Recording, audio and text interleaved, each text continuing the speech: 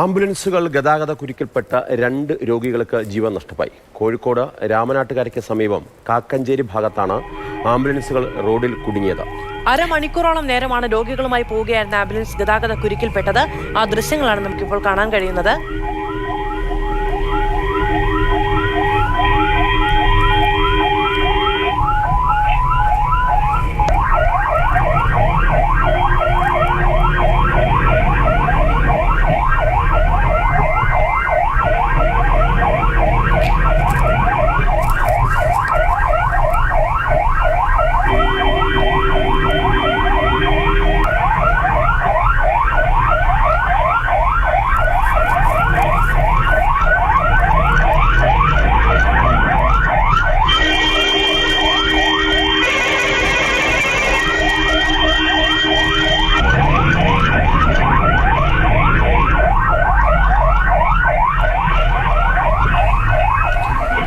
Rahul K V വിവരങ്ങളുമായി കോഴിക്കോട് നിന്ന് നമ്മളോടൊപ്പമുണ്ട്. രാഹുൽ, സാധാരണഗതിയിൽ ആംബുലൻസുകൾ പോകുന്ന സമയത്ത് എത്ര കഷ്ടപ്പെട്ടിട്ടാണെങ്കിലും വഴിയൊരുക്കി കൊടുക്കുക എന്നുള്ളതാണ് സാധാരണഗതിയിൽ നമ്മുടെയൊക്കെ ഒരു ശീലം എന്ന് പറയുന്നത്. അതിന് സാധ്യമാകാത്ത തരത്തിലുള്ള ഗതാഗത കുരുക്ക് അവിടെ ഉണ്ടായിരുന്നോ?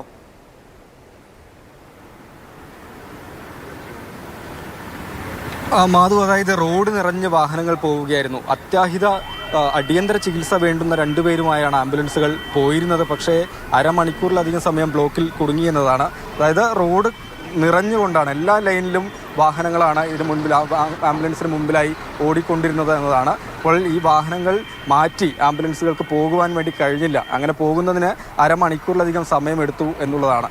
ഒന്ന് ഒരു സ്ത്രീയും ഒരു പുരുഷനുമാണ് മരിച്ചത്. ഒന്ന് എടരിക്കോട് സ്വദേശി സുലൈഖയാണ്, 54 വയസ്സുകാരിയാണ്. കോട്ടക്കലിലെ സ്വകാര്യ ആശുപത്രിയിൽ നിന്ന് കോഴിക്കോട്ടെ സ്വകാര്യ ആശുപത്രിയിലേക്ക് പോവുകയായിരുന്നു. സാധാരണ 40 മിനിറ്റ് സമയമാണ് ഇവിടെ നിന്ന് കോഴിക്കോട്ടെ ആശുപത്രിയിൽ വരെ ഓടിയെത്തിക്കുന്നതിന് വേണ്ടതെന്നാണ് ആംബുലൻസ് ഡ്രൈവർമാർ പറയുന്നത്. പക്ഷേ ബ്ലോക്കിൽ കുടുങ്ങി മാത്രം അരമണിക്കൂറിലധികം സമയം നഷ്ടപ്പെട്ടു. നമ്മളിപ്പോൾ അവിടെ തന്നെയാണുള്ളത്. ചേലമ്പ്രയ്ക്ക് സമീപം കാക്കഞ്ചേരിയിലാണ്. ദേശീയപാതയുടെ നിർമ്മാണ പ്രവൃത്തികൾ ഒരു ഭാഗത്ത് നടന്നു വരുന്നു. പൂർത്തിയായ സ്ഥലങ്ങളിൽ ഗതാഗതത്തിനായി തുറന്നു കൊടുക്കുകയും ചെയ്തിട്ടുണ്ട്. രണ്ടാമത് മരിച്ചത് ഷജിൽ കുമാറാണ്. വള്ളിക്കുന്ന് കൊട്ടാശ്ശേരി സ്വദേശിയാണ്. ഇദ്ദേഹത്തെ ചേളാരിയിലെ സ്വകാര്യ ആശുപത്രിയിൽ നിന്ന് കോഴിക്കോട് മെഡിക്കൽ കോളേജ് ആശുപത്രിയിലേക്ക് കൊണ്ടുപോവുകയായിരുന്നു. സാധാരണയായി ആംബുലൻസുകൾ ഓടിയെത്താൻ വേണ്ടുന്ന സമയം അരമണിക്കൂറിൽ താഴെ മാത്രമാണെന്നതാണ്. പക്ഷേ ദൗർഭാഗ്യകരമെന്ന് പറയട്ടെ, അന്ന് ആംബുലൻസുകൾ അരമണിക്കൂറിലധികം ബ്ലോക്കിൽ കുടുങ്ങിയെന്നതാണ്. പിന്നീട് 2 പേരെയും കഴിവതും വേഗത്തിൽ ഫറോക്കിലെ സ്വകാര്യ ആശുപത്രിയിലേക്കാണ്, ചുങ്കത്തുള്ള ആശുപത്രിയിലേക്കാണ് കൊണ്ടുപോയത്. പക്ഷേ 2 പേർ മരണപ്പെട്ടു. ഡോക്ടർമാർ പറഞ്ഞത് 5-10 മിനിറ്റ് മുൻപ് നേരത്തെ ആശുപത്രിയിലേക്ക് എത്തിക്കാൻ കഴിഞ്ഞിരുന്നെങ്കിൽ അവരെ രക്ഷപ്പെടുത്താമായിരുന്നു എന്നുള്ളതാണ്. അതായത് ഇതിവിടുത്തെ പതിവ്. രാഹുലിലേക്ക് വരാം. ഇപ്പോൾ ഈ ഗതാഗത തടസ്സം മൂലം ആംബുലൻസ് വെച്ച് മരണപ്പെട്ട രോഗിയുടെ മകൻ മെഹറൂഫിന്റെ പ്രതികരണം ലഭ്യമാണ്. അതൊന്ന് കണ്ടതിന് ശേഷം മടങ്ങി വരാം. നിങ്ങൾ എവിടുന്ന് എങ്ങോട്ടേക്കായിരുന്നു പോകുന്നത്? ഞങ്ങള് ഇവിടുന്ന് മിംസിന്ന് ഇക്രയ്ക്ക് പോവായിരുന്നു. എന്നിട്ട് ബ്ലോക്കിൽ കുടുങ്ങി. ബ്ലോക്കിൽ കുടുങ്ങി. ഉമ്മാനെ കാണിക്കണത് അവിടെയാണ്. 9 മാസമായിട്ട് ഇക്ര ഹോസ്പിറ്റലിലാണ് കാണിക്കണത്. അപ്പൊ അവിടുത്തെ ഡോക്ടറെ കാണിക്കാം. അപ്പൊ അവിടെ അങ്ങോട്ട് പോവായിരുന്നു. അപ്പൊ ഈ ബ്ലോക്ക് കുടുങ്ങിയതിന് ശേഷം പിന്നെ എന്ത് ചെയ്തു? കുടുങ്ങിയതിന് ശേഷം കുറച്ച് സമയം നമ്മള് ഇതൊക്കെ പോയി പൾസ് പോവാണ്ടപ്പോ അത് കൊടുക്കാൻ നോക്കി. പെട്ടെന്നൊരു എമർജൻസി ഹോസ്പിറ്റലിൽ കയറ്റാൻ നോക്കിയിട്ട് വണ്ടി നീങ്ങണില്ല. വണ്ടി ഒരുപാട് സമയം കുടുങ്ങിപ്പോയി. നല്ല ബ്ലോക്കായത് കാരണം മാറ്റാൻ സ്പേസ് ഇല്ലാത്ത സ്ഥലങ്ങളായിപ്പോയി. വണ്ടികള് സൈഡ് ഇറക്കാനൊന്നും സ്പേസ് ഇല്ല. റോഡ് നിറഞ്ഞ വാഹനങ്ങളായിരുന്നു.